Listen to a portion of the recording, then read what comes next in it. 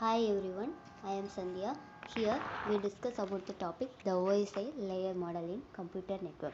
First of all, we would see the what is computer network. Computer network is a collection of computing devices connected into a network. What is the purpose to connect all the computing devices connected to a network to sharing some informations or passing some data from the sender to the receiver side. Normally in the common thing to send some messages from the sender to the receiver side using some messages process using through the some protocol is a set of rules or protocols having the set of rules or instructions. Here we come to the topic the OSI layer model. OSI layer model explains how the data is transmitted one device to another device. Let's see how it is. These are the OSI 7 layers are physical layer, data link layer, network, transport, session, presentation and then application. Data are transmitted using through the OSI layers. First we would see the introduction of OSI. OSI stands for Open System Interconnections developed by the International Organization of Standardization called as ISO to achieve the international standards in communication. First we see the physical layer. Physical layer act like a cables, repeaters. Cables are the wires, repeaters to use to boost the signals. The physical layer data consists of a stream of bits, that is our message is split into a stream of bits like a sequence of zeros and ones. The next layer is a data link layer. Data link layer act like a bridge connected with a different LAN connections connected with a different LAN connections. Data link layer divides the stream of bits into a data units called as a frames. Then what is frames?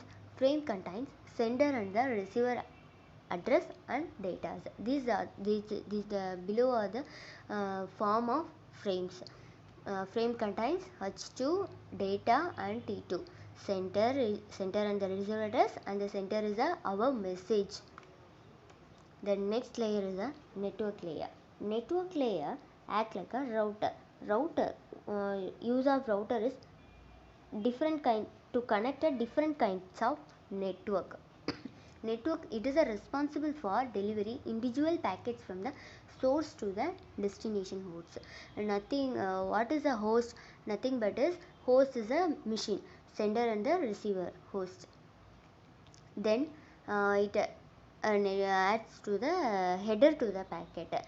In the packet, the form of packet is this the form H3 and the data.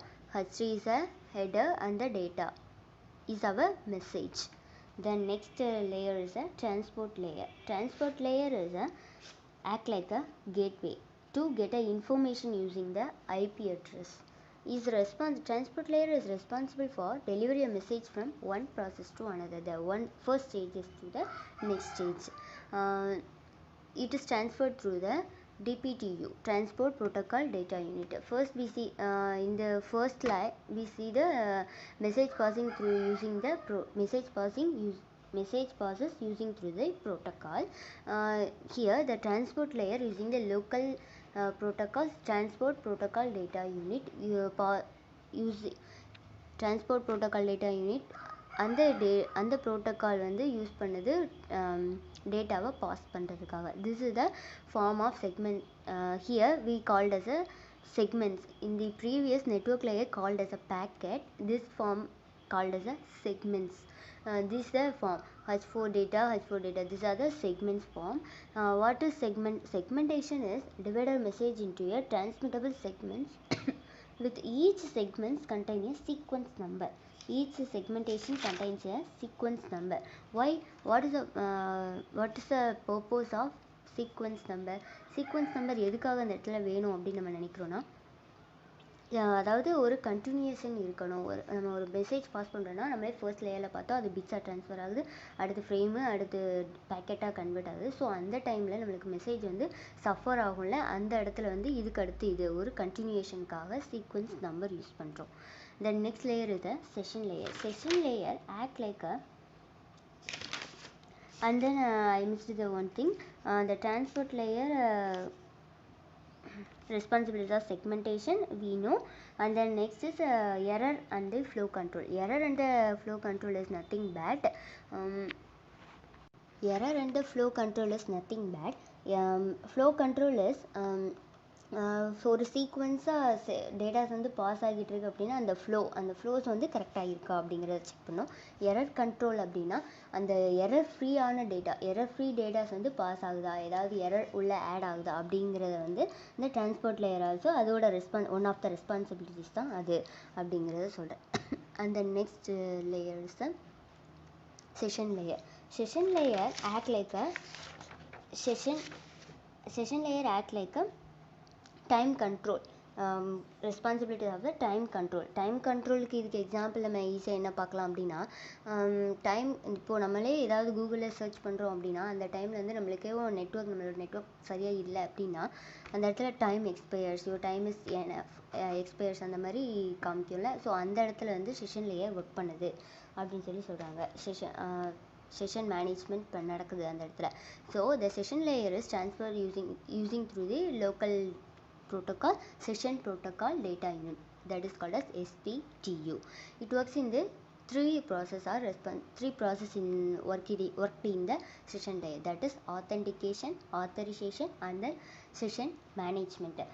Authorization is nothing but authentication அப்படின்னா என்னன்னா, authentication verify who you are, அதாவது நீங்கள் யார் அப்படிங்கிறத அந்த இடத்துல check பண்ணுறது. உங்களோட சர்ச் இந்த இடத்துல கீழே ஒரு சிஸ்டம்லேருந்து சர்வருக்கு நம்ம சர்ச் பண்ணுறது. இப்போ இந்த சிஸ்டம்லேருந்து அந்த இடத்துல சர்வருக்கு போய் நம்ம தேடுற டேட்டா அந்த இடத்துக்கு போகுது அப்படின்னா அந்த இடத்துல போயிட்டு சர்ச் பண்ணோம். ஃபர்ஸ்ட் வந்து வெரிஃபை பண்ணோம் who you are.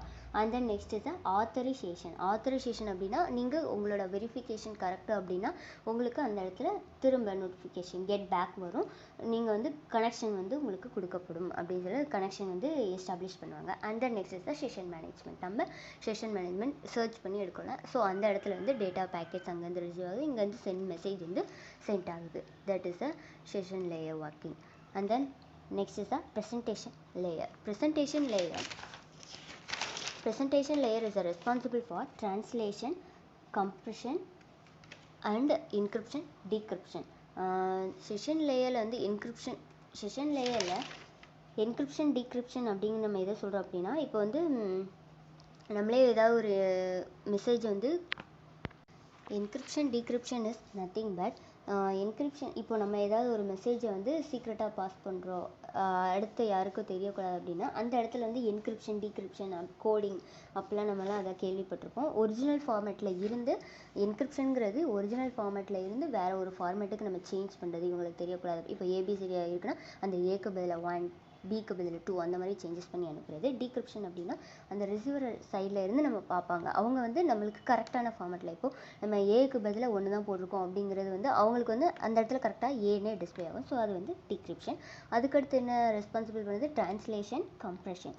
So translation அப்படிங்கிறது என்னென்னா, இப்போது சம் சிஸ்டம்ஸில் வந்து இப்போது நம்மளேயும் எக்ஸாம்பிளுக்கு என்ன பார்க்கலாம் அப்படின்னா, இப்போ வாட்ஸ்அப்லேயே நம்மக்கிட்ட இல்லாத ஃபியூச்சர்ஸில் வந்து யாராவது ஸ்டிக்கர்ஸ் ஏதாவது அனுப்புனாங்க அப்படின்னா நம்மளுக்கு அந்த இடத்துல கொஸ்டின் மார்க் அந்த மாதிரி ஏதாவது ஒரு சிம்பிள்ஸ் ஆட் ஆகி வரும். ஸோ நம்மளுக்கு வந்து நம்மக்கிட்ட அந்த ஃபியூச்சர்ஸ் இல்லை, அந்த மாதிரி ஒரு ப்ராப்ளம் இருக்குது அப்படிங்கிறது நம்மளுக்கு தெரியும். ஸோ அந்த இடத்துல வந்து இந்த இடத்துல ட்ரான்ஸ்லேஷன் எப்படி ஒர்க் ஆகுதுன்னா, ஒரு காமன் ஃபார்மேட்டுக்கு அதை வந்து சேஞ்ச் பண்ணிக்கும். காமன் ஃபார்மேட்டுக்கு நம்ம என்ன மெசேஜ் கொடுக்குறோம் அப்படின்னா அதை வந்து ட்ரான்ஸ்லேட் பண்ணி வச்சுக்கோம்.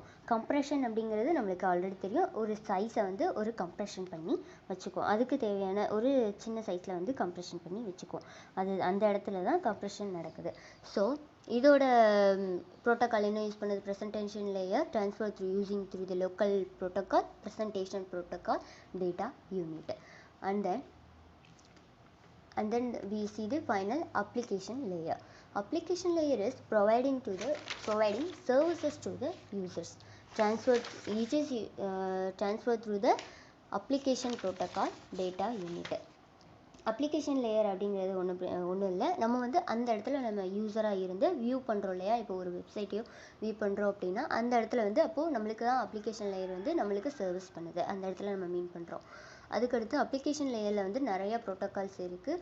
அதோட லோக்கல் ப்ரோட்டோக்கால் அது யூஸ் பண்ணுறது வந்து application protocol data unit. So அதுக்கடுத்து நம்ம நெட்வொர்க் இன்டர்நெட்டில் இப்போது பார்க்குறது வந்து hypertext, HTTPS and then SMTP வந்து சிம்பிள் மெயில் ட்ரான்ஸ்ஃபருக்கு யூஸ் பண்ணுவாங்க. ஃபைல் ட்ரான்ஸ்ஃபர் ப்ரோட்டோக்காலுக்கு எஃப்டிபி. இந்த மாதிரி நிறையா ப்ரோட்டோகால்ஸ் வந்து அப்ளிகேஷன் லேயர் யூஸ் பண்ணோம். And then last is a diagrammatical representation for the OSI 7 layers. இது வந்து OSI லேயர்க்குரிய பிக்டாரிக்கல் ரெப்ரசன்டேஷனில் பண்ணியிருக்கோம். இது வந்து ஃபர்ஸ்ட் இருக்கிறது வந்து சென்டர், நம்ம டிவைஸ் 1 சென்டர், டிவைஸ் 2 ரிசீவர் அப்படின்னு சொல்லி வச்சுக்கலாம். இப்போ வந்து ஃபர்ஸ்ட் வந்து அப்ளிகேஷன் லேயர், அதாவது மெசேஜ் பாஸ் பண்ணுறோம். இதில் இப்போ ஒரு அப்ளிகேஷன் மூலமாக பாஸ் பண்ணுறோம் அப்படின்னா அப்ளிகேஷன் லேயர். அதுக்கப்புறம் over layer, presentation, session, transport, network, இது எல்லாமே அதோட ரெஸ்பான்சிபிலிட்டியை முடிச்சுட்டு அண்ட் தென் இதெல்லாம் சென்டரோட ப்ராசஸ் முடிஞ்சிருக்கு. அண்ட் தென் நெக்ஸ்ட் இந்த ஆரோ மார்க்கில் இருந்து இங்கிட்டு போகுது அப்படின்னா சென்டர் டு ரிசீவருக்கு அந்த அட்ரஸ் வந்து எப்படி வியூ ஆக போகுது. அப்போ கீழேருந்து பாட்டம் அப் அப்ரோச்சாக போகுது.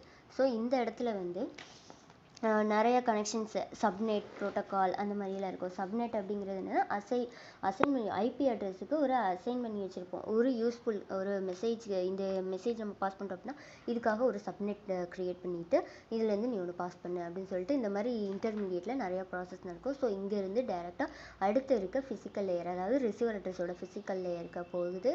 And then data link, network, இது ஒவ்வொரு ப்ராசஸாக நடக்கும். ப்ராசஸ் நடந்து ஃபைனலாக அப்ளிகேஷன் லேயருக்கு போகும். ஸோ ரிசீவர் வந்து அந்த நம்ம என்ன மெசேஜ் சென்டர் கொடுத்தாங்களோ அனுப்புனாங்களோ அந்த மெசேஜை ரிசீவர் வந்து ரிசீவ் பண்ணிடுவாங்க.